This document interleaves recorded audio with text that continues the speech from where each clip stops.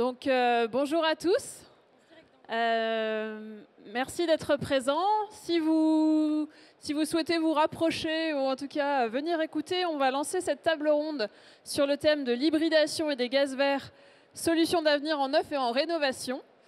Et alors pour me présenter, moi je suis Jiane Loudilly, GRDF, Gaz Réseau Distribution France. On est le principal distributeur de gaz en France. Et je suis directrice commerciale B2B pour les régions Auvergne-Rhône-Alpes et PACA. Et je vais avoir le plaisir d'animer ce débat pendant 45 minutes avec nos intervenants que je m'apprête à vous présenter. Peut-être juste quelques mots d'introduction concernant le sujet de cette table ronde. Le sujet en fait, de cette table ronde, il s'inscrit dans ce défi qui nous concerne tous en tant que professionnels du bâtiment, qui est d'assurer cette transition écologique et cette décarbonation du parc immobilier. Et la question, c'est finalement quelles sont les solutions à notre disposition, comment réussir cette transition dans un contexte où on doit pouvoir proposer à nos clients, aux usagers, des solutions abordables, des solutions efficaces et qui vont leur amener un confort d'utilisation.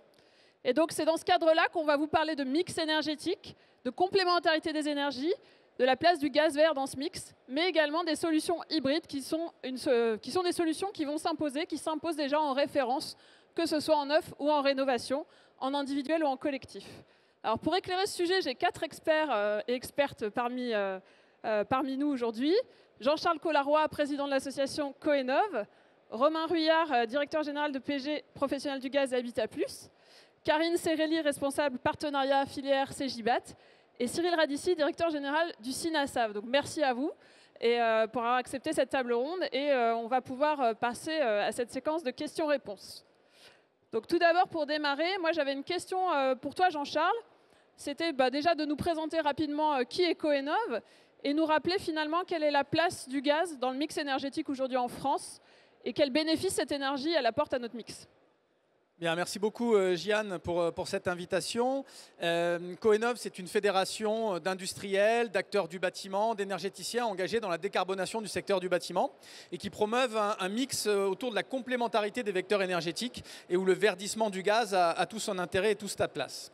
Alors le gaz, c'est 25% environ des consommations en France. Les consommations énergétiques, c'est 1600 TWh. Il y a environ 400 TWh d'électricité, 400 TWh de gaz. Et le reste, c'est souvent des produits pétroliers. Et donc, ces 400 TWh de gaz, ils sont très importants parce que justement, c'est une énergie qui est stockable. Et ça permet de soulager le réseau, en particulier en hiver, lors des appels de puissance en période hivernale. On ne peut pas stocker l'énergie électrique. Et donc, d'avoir cette capacité, à la fois un réseau de gaz très développé en France et des capacités de stockage, c'est 140 TWh de capacité de stockage qu'on a en France, et c'est ça qui permet d'éviter les blackouts en hiver et de pouvoir pallier, en particulier aux appels de puissance dans le secteur du bâtiment, puisque le secteur du bâtiment est le secteur le plus thermosensible, on consomme beaucoup plus en hiver qu'en été, ce n'est pas le cas dans d'autres secteurs, l'industrie ou la mobilité, et donc ce caractère stockable est vraiment stratégique. On a vu aussi un caractère stratégique du réseau de gaz, c'est pendant la crise de 2022, guerre en Ukraine, difficulté avec les approvisionnements russes, et bien cette capacité aussi à avoir des rebours. Et la France a été vraiment une plaque tournante de l'approvisionnement en gaz là, qui venait de l'Algérie, d'Amérique. Et on a pu remonter comme ça du gaz vers l'Allemagne. Et on voit bien donc que c'est une sécurité d'approvisionnement en France, mais aussi pour l'Europe avec les interconnexions. Et puis la chance qu'on a, c'est qu'il y a une trajectoire européenne de sortie des énergies fossiles. C'est charbon 2030, pétrole 2040, 2045 et gaz fossile 2050. Et la chance qu'on a en France, c'est qu'on va pouvoir verdir la totalité du gaz qu'on consomme. On reparlera tout à l'heure des trajectoires de verdissement, mais c'est important de se dire que la France est un laboratoire mondial des gaz verts et qu'on a cette capacité de verdir tout le gaz. Et donc, si on pense les transitions à l'échelon 10, 15, 20 ans, mais finalement, il n'y a peut-être pas besoin de se passer des solutions gaz. Il y a besoin d'améliorer la performance et de petit à petit verdir le vecteur. Et donc, chez Coenov, c'est ça qu'on promeut, c'est la baisse des consommations. Ça passe par la rénovation des bâtiments, la sobriété, l'efficacité énergétique des appareils, bien sûr, le verdissement des vecteurs et à la fois les électrons décarbonés. On a la chance en France d'avoir le nucléaire, les énergies renouvelables électriques, il faut en profiter, et donc cette trajectoire de biogaz. Et puis aussi les innovations. et aussi l'entretien maintenance des solutions. C'est très important de ne pas oublier ce quatrième aspect, mais on a la chance d'avoir des professionnels du bâtiment qui sont des experts, qui installent bien les solutions, mais aussi qui les entretiennent bien, et en particulier dans le gaz, qui est historiquement le marché de la combustion, qui est historiquement un savoir-faire français-européen. On a vraiment là un réseau de terrain qui sait entretenir les solutions, et ça c'est une chance pour notre pays. Merci beaucoup Jean-Charles. Puisque justement tu parlais d'entreprise, ça nous fait une bonne transition. Donc tu as montré qu'on a cette vision globale finalement nécessaire d'un mix énergétique pour différentes raisons de résilience et de verdissement. Je me tourne vers toi Cyril qui représente les entreprises du CINASAV. Finalement, quel regard tu portes sur cette vision et est-ce que tu peux nous dire quel regard tu portes aussi sur les évolutions du contexte réglementaire et financier autour de ce sujet? Très bien. Eh bien, écoutez, bonjour à tous. Merci pour l'invitation.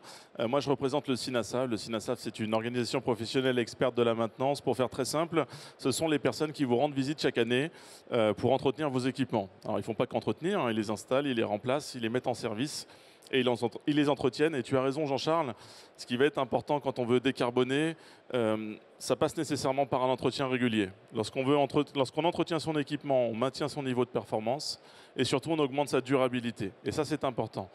Je suis pleinement aligné avec Jean-Charles hein, sur tout ce qui a été évoqué. Aujourd'hui, on a un gouvernement qui veut avancer et qui veut décarboner de manière accélérée. Nous, ce qui est certain aujourd'hui, c'est que on a des équipements en lieu et place. Ce qui va être important, c'est de les entretenir pour maintenir leur niveau de performance. Mais surtout, on croit dans le mix énergétique. On croit dans la complémentarité aujourd'hui des énergies. On croit qu'aujourd'hui, et on en est convaincu, hein, c'est de dire, lorsqu'on a un équipement, ce qui va être important, c'est de bien l'entretenir, de le suivre et finalement l'accompagner jusqu'au cycle final pour le remplacer. Donc ce qui est en train de se passer vis-à-vis des pouvoirs publics, c'est qu'il y a une vraie volonté d'accélérer cette décarbonation, d'accélérer cette sobriété.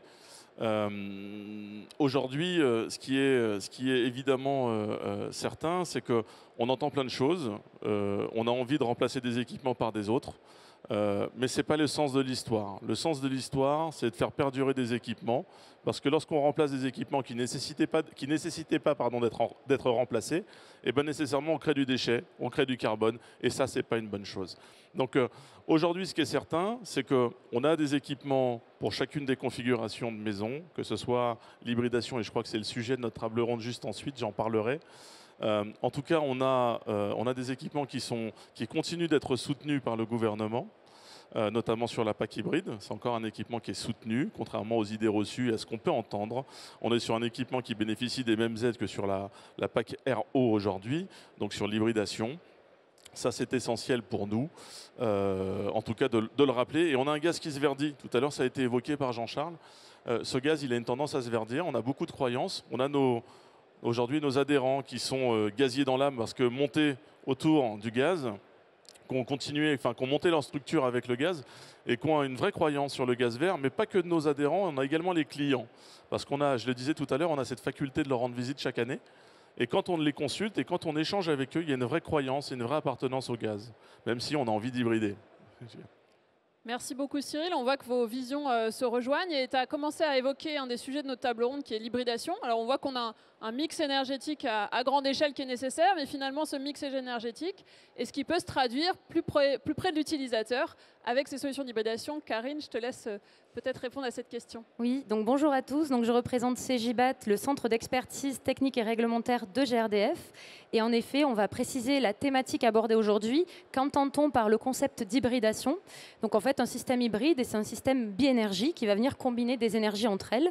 Dans notre cas, on va parler de l'association de deux équipements bien connus de la profession, qui est une chaudière gaz à condensation, qui peut consommer du gaz naturel, mais aussi du gaz renouvelable, dont on a parlé, et une pompe à chaleur thermodynamique, donc 100% électrique, sans oublier le cerveau de l'installation que sera la régulation.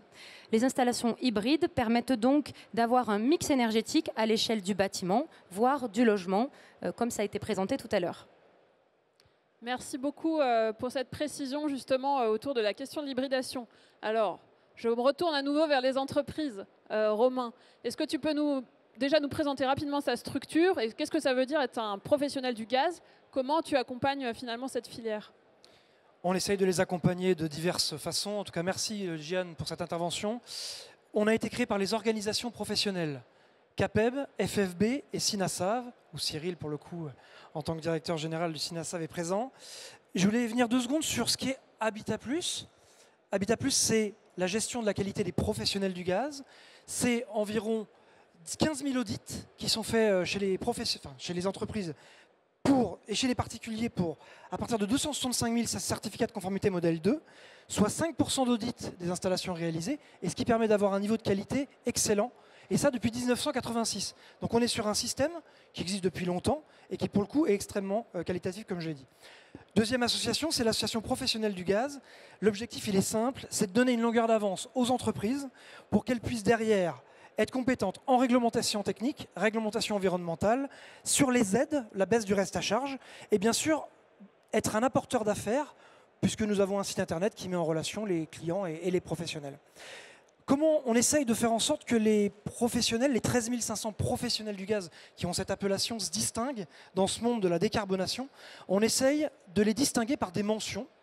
Une première, c'est la mention dite PAC hybride, où l'objectif, c'est que l'entreprise devienne visible de par les clients, parce qu'elle porte une expertise sur la PAC hybride. Alors comment ça se passe? Par un e-learning dans lequel il y a une vingtaine de minutes de questions.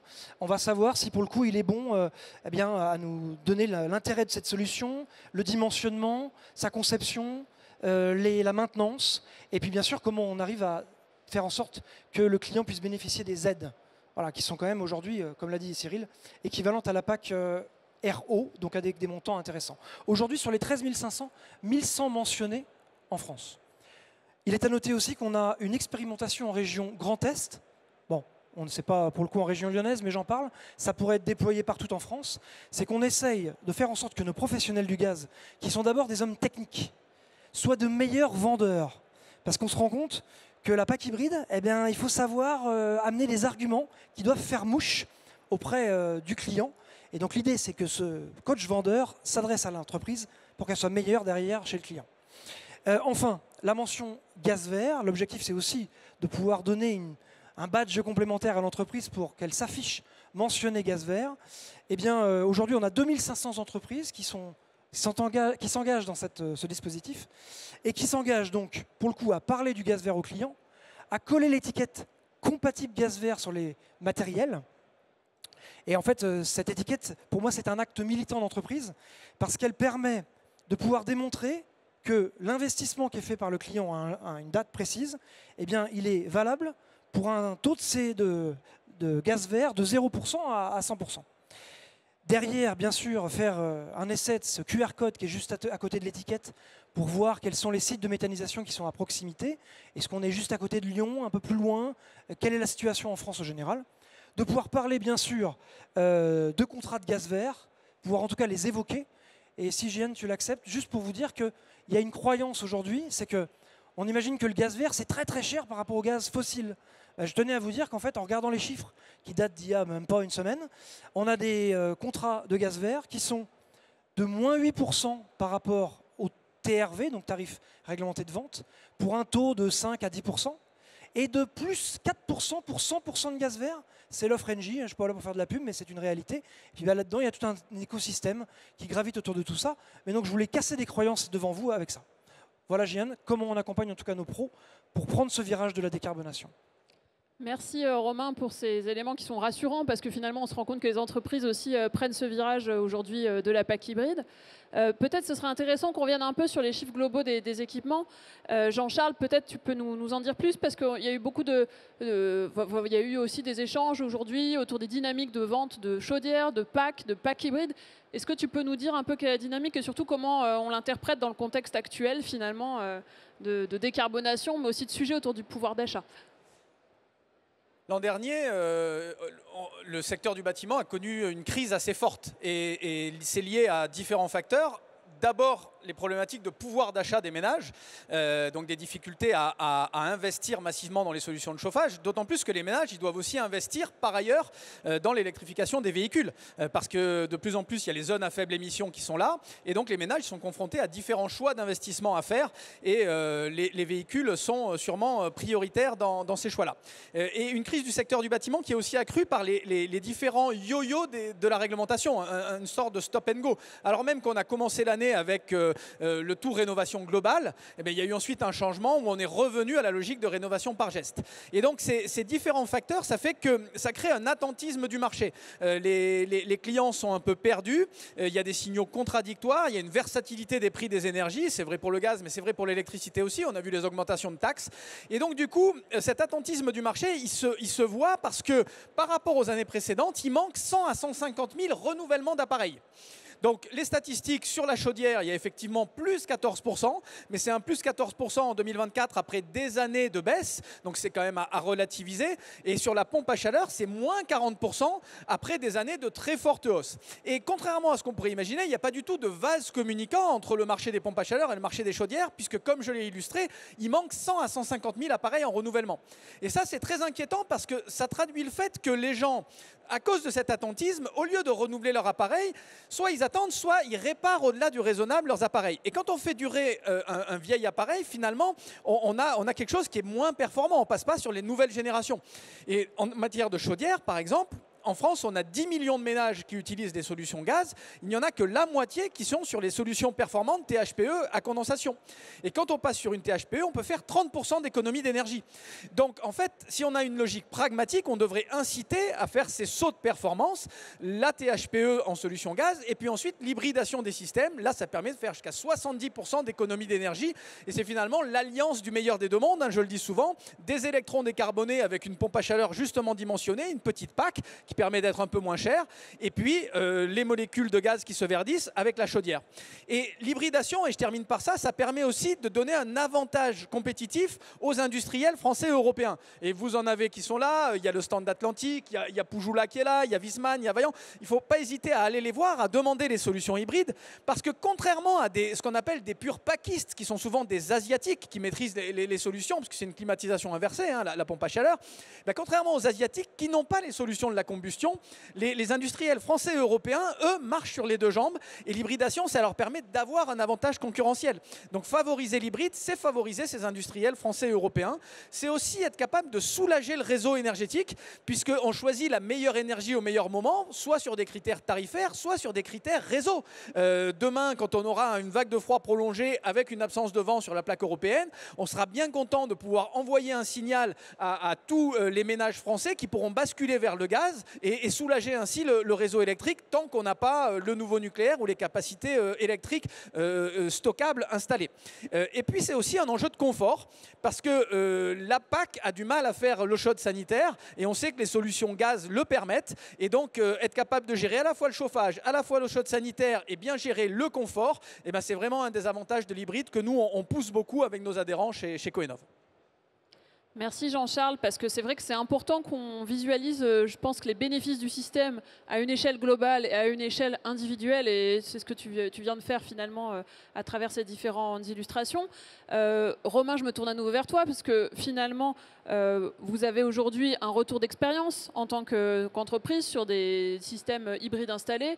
Finalement, quels sont les verbatims des PG, quels sont les retours des clients ? Et je pense, Romain, comme Cyril, vous pouvez peut-être alimenter un petit peu cette question pour savoir ce que le client en dit finalement. Alors il dit plusieurs choses, des choses variées que je vais vous présenter. En effet, il peut dire, et c'est un argument de choc, qu'en moyenne, quand on recense l'ensemble des devis que l'on peut voir, eh bien, la PAC hybride en maison individuelle, elle est 1 000 € moins chère en moyenne que les PAC RO 100% électriques. Ça, c'est un premier argument. Le deuxième, c'est que du fait de son dimensionnement, parce qu'on va être sur des pompes à chaleur de l'ordre de 4 à 6 kW, 8 kW au maximum pour des maisons qui sont plutôt grandes, on est sur un module avec une seule hélice, si je puis dire. Donc, elle est plus légère, elle est plus facile à positionner, elle peut être mise sur cylindre bloc, elle peut être mise sur des étaux, des équerres tout au niveau du mur. Donc, elle est plus simple à poser, Elle a des nuisances acoustiques plus faibles puisque voilà, elle va tourner déjà un peu moins souvent. Voilà, du fait évidemment de son dimensionnement mais aussi de son taux de couverture. On demande en effet, selon les lois, eh bien, de pouvoir fonctionner avec un niveau de PAC de 70% maximum, c'est qu'il reste pour le coup 30% qui va tourner sur la chaudière. On peut aussi considérer, eh bien, au-delà du fait que l'investissement de bécane de la machine soit de 1 000 € inférieur, les travaux liés sont moins chers puisque pour pouvoir monter à haute température, on va pouvoir garder les radiateurs existants et la chaudière va pouvoir assurer. Eh bien, c'est des travaux coûteux qui pourront être largement évités. Donc tout ça fait un package d'investissement qui est quand même moins cher. Maintenant, évidemment, en exploitation, ce qu'on peut dire, c'est que le fait d'avoir de l'hybridation, il faut aller chercher des contrats d'électricité et de gaz intéressants. Et ça, il faut que le client aille sur le médiateur de l'énergie pour aller choisir le meilleur contrat qui va bien. Et il a cette possibilité en plus d'aller chercher des contrats à pointe mobile, ces contrats qui seront démultipliés chez l'ensemble des fournisseurs, qui ont pour objectif de payer le juste prix fonction bien des moyens de production qui sont démarrés. Bref, quand il fait froid, on paye plus cher, quoi. C'est l'offre Tempo d'EDF aujourd'hui. Elle s'appelait EJP dans un passé précédent. Juste à titre d'info, parce que je t'ai donné les chiffres tout à l'heure sur le gaz vert, je voudrais donner des chiffres aussi sur les centimes par kilowattheure en heure pleine, heure creuse. Contrat classique, on est de l'ordre de 17 à 21 centimes du kilowattheure. Pour le contrat Tempo et pour les heures bleu, blanc, rouge, heure pleine, heure creuse, or heure pleine rouge, on est de 13 à 18. Je disais 17, 21, 13 à 18. Donc le coût du kilowattheure est quand même inférieur. Par contre, évidemment, il y a le revers de la médaille. Dans le cas d'un contrat heure pleine en rouge, on est à 65 centimes du kilowattheure. Et là, il est 3 fois plus cher que le kilowattheure classique. Et bien donc l'intérêt avec l'hybride, comme on va être en jour froid, on va pouvoir démarrer justement la chaudière et s'éviter le 65 centimes par kilowattheure pour basculer sur du gaz qui va être de l'ordre de 10 à 11 centimes du kilowattheure. En conséquence, là-dedans, il faut noter que comme on est sur un matériel sur lequel il y a des certificats de conformité, du gaz, eh bien on a des gens compétents, ce sont les professionnels du gaz, pas d'éco-délinquance sur ces matériels, il faut le noter. Et enfin, ce que disent les clients aussi, c'est comme l'avenir est incertain, j'enfonce une porte ouverte quand je dis ça, mais que le contexte international est un peu frileux, eh bien on peut se dire que le simple fait d'être sur 2 énergies permet d'être beaucoup plus serein vis-à-vis de l'avenir. Donc tout ça faisant, ce matériel a largement sa place en France et en Europe. Merci Romain. Cyril, est-ce que tu veux ajouter quelque chose et quel est le retour d'expérience de tes entreprises justement? Très bien, moi je crois que tout a été dit. Non, plus sérieusement, je vais pas m'arrêter là et bien évidemment j'abonde en ce sens. Ce qui est certain, c'est qu'on sent que en tout cas sur le terrain, on a une technologie qui est en train de monter en puissance. Alors je ne suis pas en train de dire qu'elle vient d'arriver, elle est arrivée il y a déjà quelques années maintenant, mais je crois que les professionnels ont attendu un peu de temps avant de s'en emparer. Pourquoi?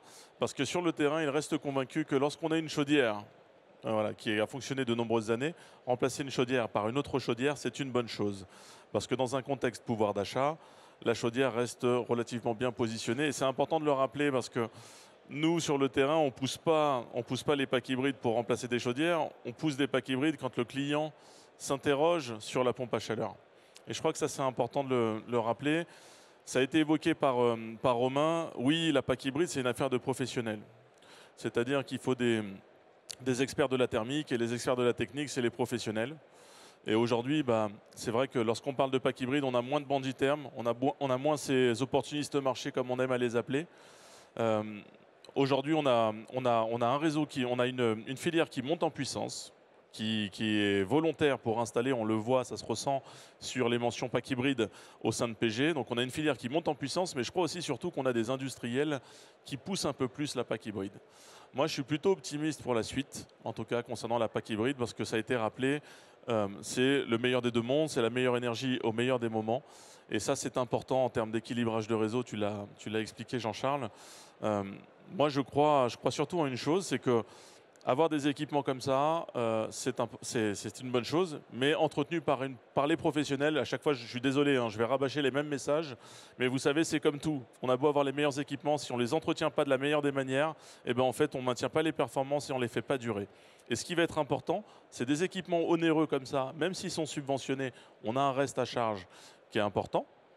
Mais pour réaliser des économies d'énergie, il faut qu'un professionnel compétent puisse leur rendre visite. Donc voilà, c'est un peu le... Je ne vais pas paraphraser ce qui a été évoqué par mes amis autour de la table, mais en tout cas une belle solution qui a pour moi de l'avenir, même si on est encore, je vais dire, un peu au démarrage. Mais là, je crois qu'il y a une tendance plutôt positive et un lancement assez conséquent, assez intéressant. On a un travail avec Jean-Charles qui est certain, c'est en tout cas de sensibiliser les pouvoirs publics sur le rôle que peut jouer aujourd'hui et demain la PAC hybride. Oui, tout à fait. Et c'est vrai qu'on travaille beaucoup main dans la main au national vis-à-vis des ministères pour essayer de faire valoir ces solutions. On a beaucoup parlé de la PAC hybride peut-être en packagé, mais il y a aussi l'add-on qui est très important. C'est-à-dire que c'est une solution qui est évolutive. La chaudière était subventionnée jusqu'à il y a 3-4 ans. Donc quelqu'un qui finalement a installé une chaudière THPE performante il y a 4-5 ans, elle est d'ores et déjà compatible 100% gaz vert. Il n'y a pas besoin de faire des changements d'appareil. Et s'il veut faire un pas supplémentaire, il peut venir mettre une petite pompe à chaleur, ce qu'on appelle la PAC hybride, en add-on ou en relève de chaudière.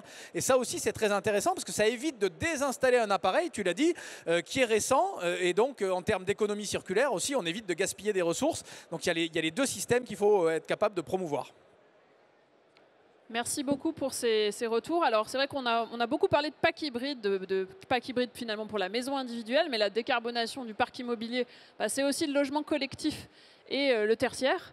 Et donc finalement, est-ce qu'on a des solutions équivalentes pour ces typologies de bâtiments? Donc je te demande, Karine, finalement, comment tu vois les choses? Quelles sont les solutions pour ce parc? Et quels sont les avantages économiques qu'on peut trouver à l'hybridation dans ces bâtiments? Alors oui, dans le domaine du neuf, donc qui est régi par la réglementation environnementale 2020, tous les chemins mènent à l'hybride. Donc dans le logement collectif, c'est effectivement la solution qui permet un meilleur optimum technico-économique. Quelques chiffres pour étayer mes propos, même si vous me faites confiance.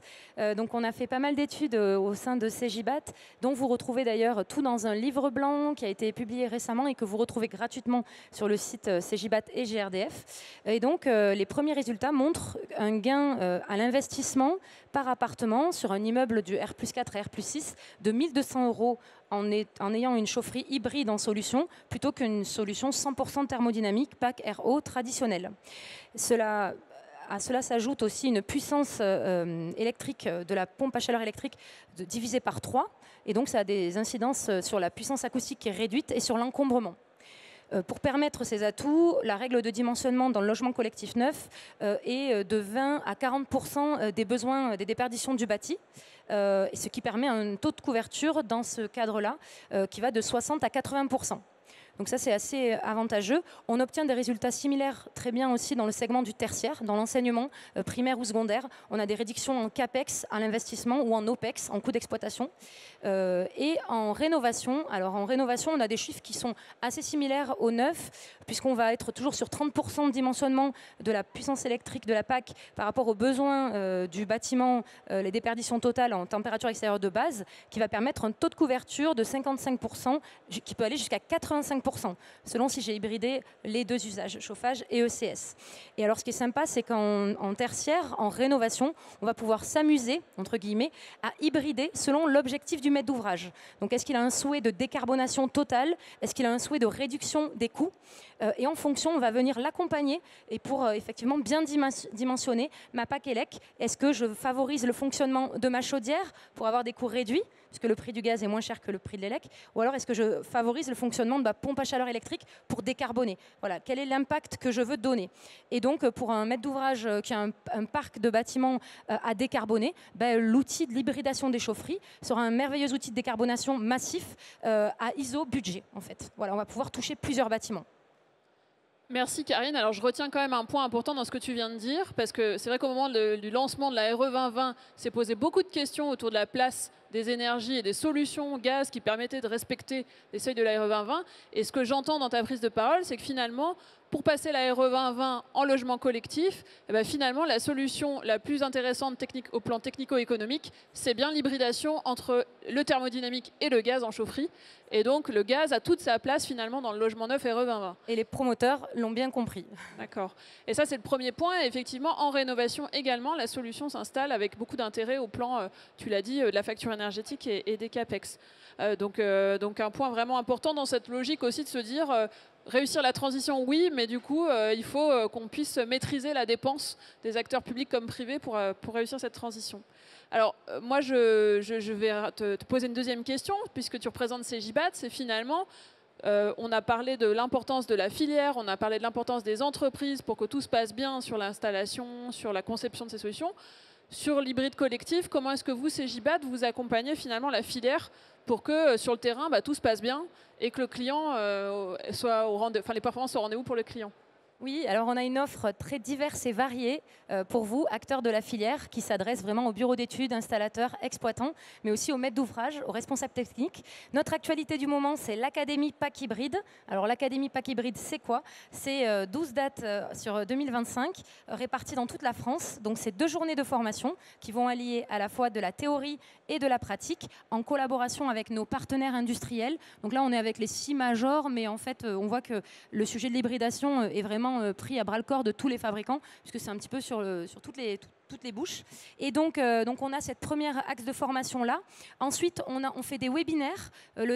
Un des webinaires qui a été suivi par plus de 700 personnes en décembre dernier portait typiquement sur les schémas hydrauliques en fonction de quels usages j'hybride. Et donc, c'était très intéressant. Vous retrouvez tout gratuitement, les supports, la foire aux questions et le replay, bien sûr, sur le site Cegibat. Ensuite, on a une offre à tiroir. On a nos canaux de communication Cegibat habituels que vous connaissez, la hotline réglementaire, les simulateurs, les dossiers techniques. Et enfin, j'en parlais tout à l'heure, mais on a donc le livre blanc RE 2020 sur l'hybridation, où vous retrouvez toutes les valeurs et les tableaux. Et enfin, le dernier numéro du Vecteur Gaz, qui est le magazine d'information de Cegibat gratuit à destination de la filière, qui est vraiment un numéro spécial sur l'hybridation, où on va vraiment évoquer l'observatoire des coûts, la rénovation et le neuf, et ainsi que des instrumentations qu'on mène en France. Donc il y a 28 instrumentations pour avoir effectivement la preuve par l'exemple, comme on aime à dire, et pour mieux embarquer avec nous la filière et surtout les maîtres d'ouvrage qui peuvent paraître frileux. Donc là, on aura un retour chiffré, et donc ces 28 instrumentations portent à la fois sur le neuf, sur la réno, sur le segment du logement collectif, mais aussi sur le tertiaire, pour être vraiment présent dans tous les segments de marché et à retenir vraiment tous les chemins mènent à l'hybride, j'ai envie de dire, pour assurer les maîtres d'ouvrage qui nous écoutent. Merci beaucoup Karine. Donc on voit que finalement les solutions elles existent en neuf, en rénovation, en collectif, en individuel, qu'on a des retours d'expérience, qu'on a une dynamique de la filière, des installateurs. Moi j'ai envie de revenir sur un sujet qu'on a un peu évoqué en filigrane, c'est le sujet finalement du soutien financier. Cyril, est-ce que tu peux quand même nous rappeler finalement pour les clients, pour les installateurs, les entreprises qui accompagnent ces clients, quelles sont aujourd'hui les solutions d'accompagnement au plan financier qui leur permettent d'accéder à l'hybride? Alors oui, il existe des choses concernant la PAC hybride. Bien évidemment, on a le taux de TVA. On a encore un taux de TVA réduit à 5,5. Ça, c'est à souligner parce qu'on entend plein de choses dans ce contexte politique incertain. Donc un taux de TVA à 5%, à 5,5%. On a encore des certificats d'économie d'énergie. La PAC hybride est éligible au C2E. On a également du MaPrimeRénov' pour les foyers modestes, voire très modestes, ce qui positionne la PAC hybride sur une notion un peu tarifaire. Je ne vais pas m'aventurer dans des chiffres parce que ça dépend vraiment du modèle de la chaudière, du modèle de la PAC hybride, mais ayez ça en tête, c'est que quand on a une PAC hybride qui est bien aidée avec du MaPrimeRénov', on arrive sur une solution qui est un peu du même ordre de grandeur qu'une chaudière THPE, et qui est parfois très bien positionné, comme tu l'expliquais Romain tout à l'heure, VS, une pompe à chaleur RO. Donc on est sur un produit qui, en plus d'être finalement le meilleur des deux mondes, et finalement qui peut répondre aussi à des réseaux un peu tendus, avoir un équipement qui se positionne bien financièrement. Et ça, c'est important de le rappeler. Il est important également, lorsqu'on a ces aides, c'est de bien accompagner, de bien informer les professionnels qui vont être les représentants sur le terrain pour qu'ils puissent porter ces messages et rassurer le client. Parce que le client, il entend plein de choses. Et aujourd'hui, on a un équipement qui est bien soutenu et qui est encouragé, en tout cas dans son développement. Encore pour le moment. On va tout faire pour. Merci beaucoup Cyril pour cet éclairage, et je pense qu'effectivement il y a aujourd'hui un certain nombre de systèmes de soutien financier qu'il faut les utiliser parce qu'on voit qu'ils sont aussi là pour faire émerger la dynamique et accompagner les clients. Je pense qu'on a fait un petit peu le tour du sujet de l'hybridation, mais du coup ça va me permettre de revenir un peu sur un sujet qui a été évoqué tout à l'heure. qui est de se dire finalement ces solutions hybrides, elles utilisent le meilleur des deux mondes, l'électron décarboné et le gaz décarboné. Le gaz décarboné, on parle bien du gaz vert, du gaz renouvelable qui est en développement dans nos territoires. Hein. Et ma question, elle est plutôt pour toi, Jean-Charles, c'est est-ce que tu peux nous redire justement quelle est cette trajectoire de verdissement du gaz et finalement, aujourd'hui, où est-ce qu'on se situe ? Alors tout à l'heure en introduction, je rappelais que la France consomme environ 400 TWh de gaz, principalement fossile aujourd'hui, et qu'on va petit à petit diminuer nos consommations grâce aux actions de rénovation, d'efficacité énergétique des appareils, de sobriété. Et donc on va passer comme ça de 400 TWh aujourd'hui à 320 TWh en 2030, 280 en 2035, et on va tendre vers 200 TWh en 2050. Donc en 25 ans, on va diviser par 2 nos consommations. On peut garder le même nombre de clients, mais grâce à l'efficacité et la sobriété, on va réduire les consommations. Et dans le même temps, on va pouvoir verdir tout le gaz qu'on consomme, et tous usages confondus. Et donc aujourd'hui, c'est 14 TWh, 700 méthaniseurs. Hein, la technologie la plus mature pour produire des gaz verts, c'est la méthanisation agricole. Et donc, c'est 3-4% de la consommation. On a un objectif qui est retranscrit aujourd'hui dans la programmation pluriannuelle de l'énergie, qui est la feuille de route énergétique du pays pour 2030. C'est 60 TWh de biogaz. Dans la PPE, il y a écrit 50 TWh, mais on voit que les objectifs de la filière et des pouvoirs publics sont assez cohérents. C'est 20% de la consommation en 2030 déjà en gaz vert dans le réseau. Et puis en 2035, un objectif de 120 TWh porté par l'ensemble de la filière gaz. Ça, c'est 40% de la consommation. Et dans la décennie 2040-2050, les courbes vont se croiser et on va pouvoir verdir l'ensemble des usages du gaz. Donc c'est vraiment une chance pour notre pays, et parce que là, on est finalement au carrefour avec l'énergie de 2 filières d'excellence françaises que sont l'agriculture et les déchets. À la fois la filière agricole qui a des déchets, donc les lisiers, les fumiers, mais aussi le recyclage des matières agroalimentaires qui est maintenant une obligation depuis la loi anti-gaspillage et économie circulaire. Et puis demain, avec d'autres types de déchets, les combustibles solides de récupération, les CSR ou les déchets de bois, grâce à de la pyrogazéification, ou les bouts de station d'épuration, ou les bouts de dragage, ça c'est les déchets liquides avec de la gazéification hydrothermale. Et c'est finalement avec ces différents procédés qu'on va pouvoir avoir un potentiel de 300 TWh de gaz vert, là où la consommation va passer à 200 TWh. Donc la France va même pouvoir être exportatrice de biogaz dans la décennie 2040-2050. Donc on a vraiment cette transition à faire en 20-25 ans, et c'est pour ça que je dis souvent que les solutions gaz ne sont pas has-been, qu'il faut accompagner cette transition et ce développement des gaz verts.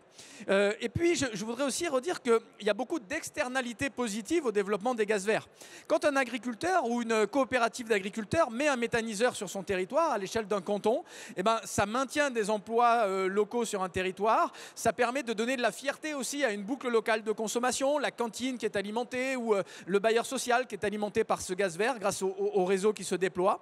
Et puis, dans un méthaniseur, on fabrique à la fois du biogaz, mais aussi du CO2 biogénique. Et demain, de plus en plus, on va avoir besoin de ce CO2 dans l'industrie, de bonne qualité. Et puis des digestats qui évitent à l'agriculteur de commander des engrais chimiques qui sont très émissifs de gaz à effet de serre. Donc finalement, on a toute une série de facteurs qui aujourd'hui sont payés dans le prix du biogaz, qui viennent finalement financer, alimenter un territoire et aider des agriculteurs à avoir un revenu complémentaire. Et ça aide aussi des agriculteurs à sauver et à maintenir des installations. Donc vraiment, c'est une boucle vertueuse de l'énergie qui se fait autour de ce biogaz, et je pense qu'on peut en être fier et l'accompagner. Merci beaucoup. Bah, écoutez, on commence à arriver au terme de ce débat. Moi, ce que je retiens peut-être avant de vous repasser la parole pour un petit mot de conclusion, c'est que on a à la fois les solutions en aval chez les clients pour décarboner de manière efficace, de manière pertinente au plan économique, et où le client va finalement retrouver aussi, grâce au professionnalisme des entreprises, des véritables économies. Et puis, de l'autre côté, on a cette trajectoire de verdissement du gaz qui va nous amener aussi la décarbonation des usages gaziers. Donc, c'est vraiment très intéressant, je trouve, de voir qu'on travaille à toutes les échelles et que c'est accompagné, que ce soit par la filière, par les entreprises, par les pouvoirs publics à travers les systèmes d'aide et par nous tous qui sommes autour de la table. Peut-être je vous donne un dernier petit mot de conclusion avant de passer la parole pour des questions. Je ne sais pas si vous avez quelque chose que vous souhaitez ajouter. Un mot, hein, Cyril, bien sûr. Un mot. Je vais faire rapide. Alors effectivement, on a un équipement aujourd'hui, la PAC hybride est un équipement qui est maîtrisé par les industriels, maîtrisé par les professionnels. Et surtout, on a un équipement qui répond à une attente client de décarboner et d'aller vers plus, en tout cas, de sobriété énergétique, de décarbonation, qui est un équipement aujourd'hui qui, à mon sens, est pas encore aux attentes où nous, professionnels, on aimerait qu'il soit. En tout cas, je crois que la tendance, elle est plutôt positive et elle est assez, en tout cas, ambitieuse pour l'avenir. Et moi, j'y crois. En tout cas, personnellement, j'y crois. Donc, on va tout faire, en tout cas, pour porter cette technologie qui est une réponse à de nombreuses attentes de nos foyers français. Donc un mot de la fin, le titre de la conférence a été très bien choisi parce que je pense pour ma part qu'on ne peut pas séparer la thématique hybridation de la thématique gaz vert. L'un ne va pas sans l'autre parce que croire en l'hybridation, c'est croire au gaz vert, puisque le gaz fossile n'est pas voué en quantité à disparaître, il a des quantités finies et donc voilà, il a mis des millions d'années à se former et donc je crois à l'essor des gaz renouvelables au pluriel. Alors le biométhane mais aussi toutes les autres technologies qui vont permettre d'atteindre ces 100% de gaz vert en 2050 dont Jean-Charles a parlé. Et effectivement avoir un système au gaz dès aujourd'hui, c'est donner la part belle à l'avenir et au gaz vert dès maintenant, puisque tous les équipements sont compatibles au gaz vert, puisqu'en fait le gaz vert et le gaz naturel, c'est la même molécule. Voilà, je fais exprès de casser des idées reçues, parce qu'il y a des fois on a l'impression que c'est deux énergies différentes. Voilà, donc l'hybridation et gaz vert, même combat. Oui, je souscris exactement à ce que tu viens de dire. L'énergie gaz, c'est une énergie du quotidien des Français. 10 millions de ménages qui l'utilisent, 40% de cette consommation. Et donc, c'est une filière qui est en train de faire sa mue. Aujourd'hui, le gaz va pouvoir se verdir. C'est une filière qui innove. On a la condensation, on a l'hybridation des systèmes.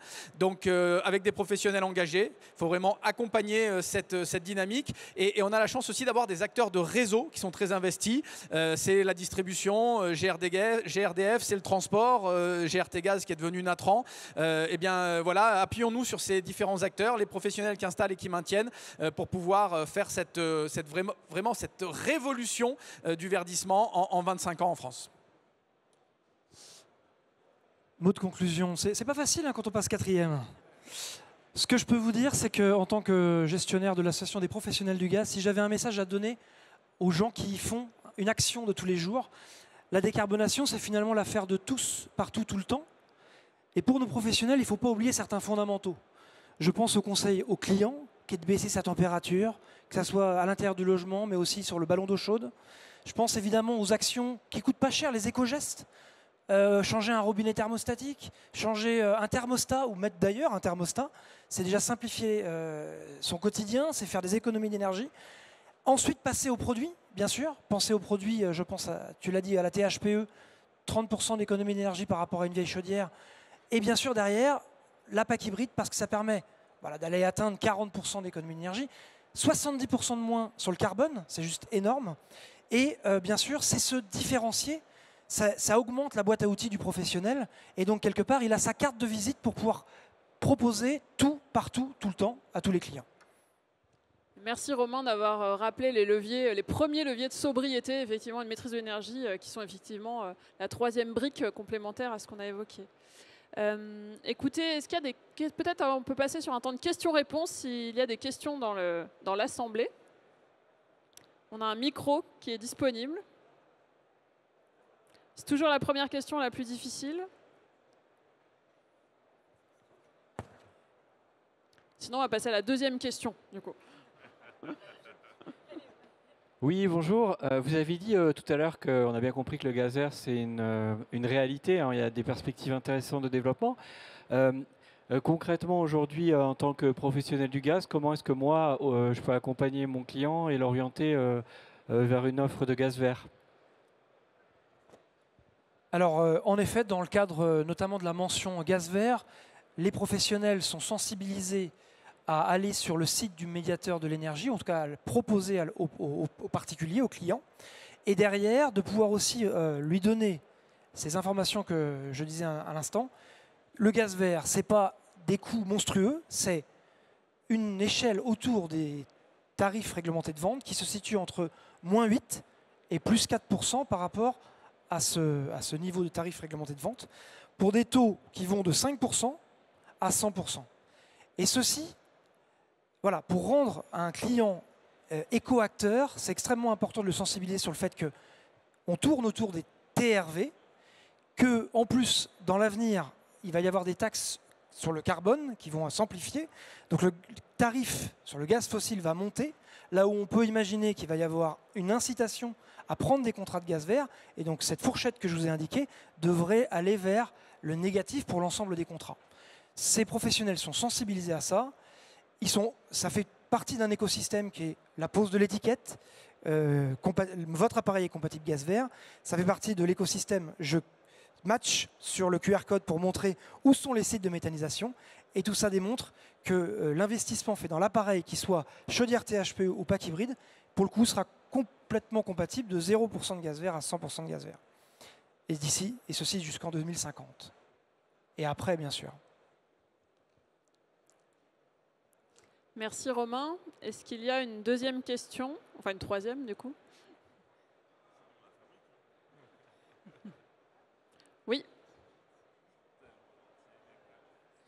Bonjour, j'avais une question pour CJBAT. Est-ce qu'aujourd'hui vous avez des installations qui fonctionnent en hybridation, notamment dans le tertiaire, et quels en sont les premiers retours? Oui, nous avons des installations qui fonctionnent déjà en hybridation dans le tertiaire, notamment en Provence-Alpes-Côte d'Azur, en PACA. Donc il y a une installation, il y a une école, et après on est avec la ville de Toulon aussi sur un groupe scolaire. Et donc il y a de très bons résultats. Donc c'est des sites qu'on instrumente parce que c'est vraiment des sites pilotes. Et d'ailleurs, c'est suite à ces premiers sites-là et des très bons retours où on a un petit peu tâtonné au début et en fait on a voulu industrialiser cette instrumentation pour avoir des retours dans d'autres segments de marché et aussi avoir du neuf.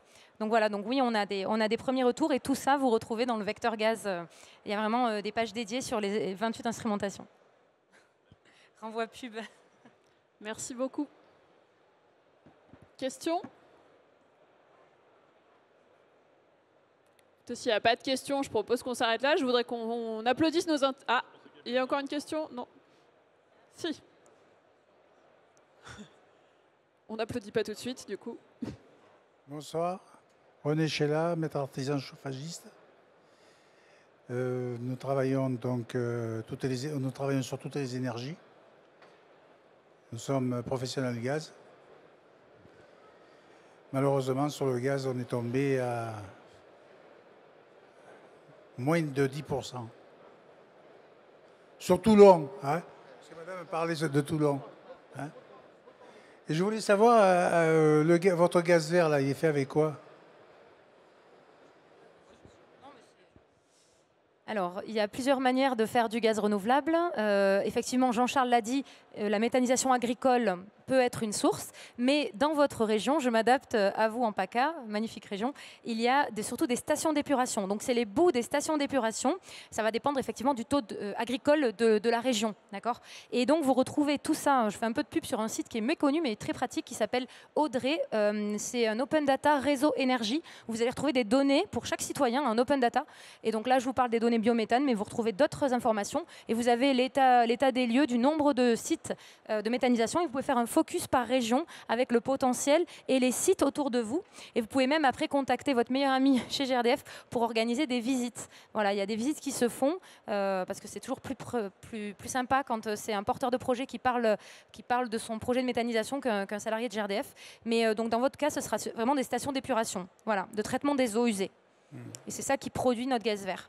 Oui, sur le Var, on a les 4 plus grandes villes du Var. Et la station d'épuration évacue à la mer. Hein? La station d'épuration qui est à la Seine, elle évacue à la mer. Je ne comprends pas comment vous faites du gaz vert dans le Var. Ouais. En fait, aujourd'hui, on fait...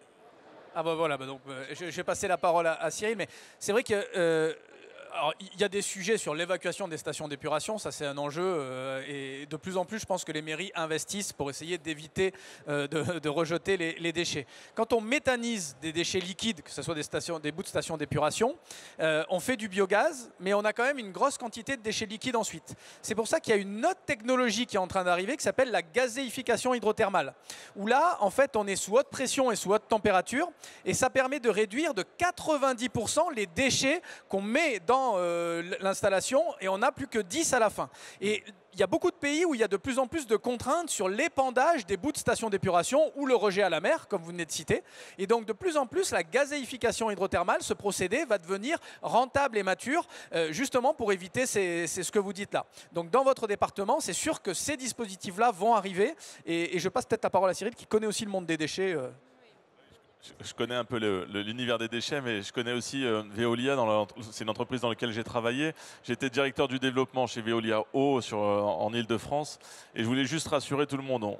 Alors vos eaux grises, elles ne sont pas tout de suite envoyées dans la mer. Il y a certaines étapes avant d'être envoyées dans des affluents naturels où on a un système de filtration de l'eau et il y a des engagements qui sont pris. Bien évidemment, on n'envoie pas les boues grises ou les boues marrons dans la mer. C'était important de le rappeler, je crois.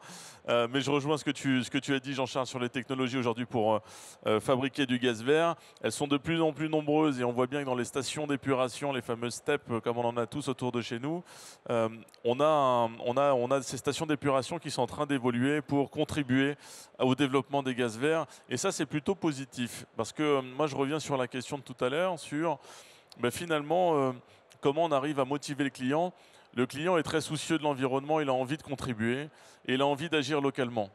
Et c'est vrai que lorsqu'on a ce fléchage, mon étiquette gaz vert, où on arrive à sensibiliser un peu le client sur autour de chez vous, voilà d'où provient la production de ce gaz vert et quelque part je produis local, je contribue à la planète, donc on a déjà un argumentaire.